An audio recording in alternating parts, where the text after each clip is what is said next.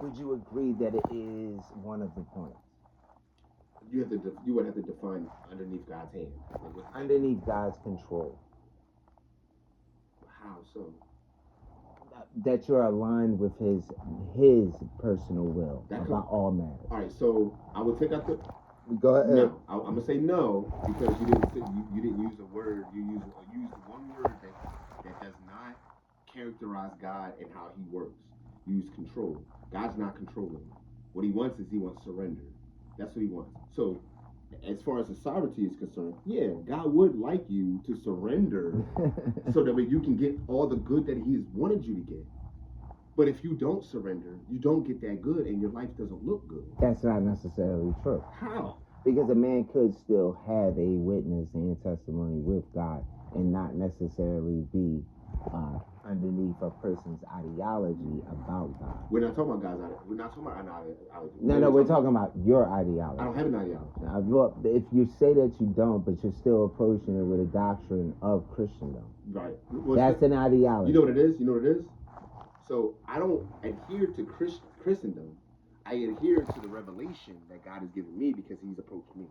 I'm not saying that He hasn't. When I'm saying that you haven't considered what identity I would like for myself to the matter. It's not up to you because you didn't create yourself.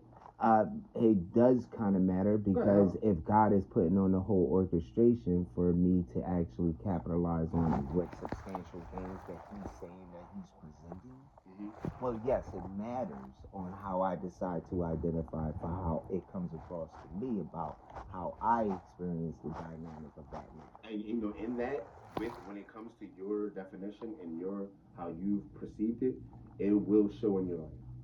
Well, correct, and that is correct. And what also, whether or not you were on God's program or you were not on God, it's going to show in your life. Correct.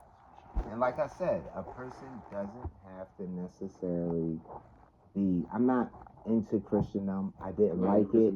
I'm not gonna probably go back to the church. I don't feel like being bothered with whatever type of tempestuousness that they get into. If you're not looking for wisdom, I'm looking for wisdom. Forget the church. We're not talking about the church. We're talking about truth. Correct. We're talking about truth.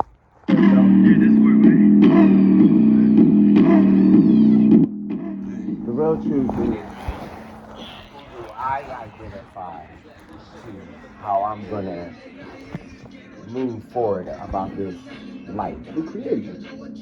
Does it matter? Does it matter who created? So your car, when something happened to it, did you go get, or did you either take it to somebody who only works on foreign cars? You're trying to act like I'm not. Well, you're not acting like nothing. But it gives me the impression that you think that I don't give God merit for what God did. No, that's not right. I just said that that's just not the identity that I choose for myself about the matter. I'm not thinking that. What I'm thinking is like, if you want to like truly, like be like live your life to the fullness.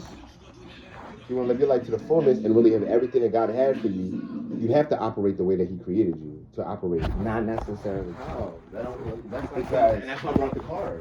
Satan is an actual testimony to that.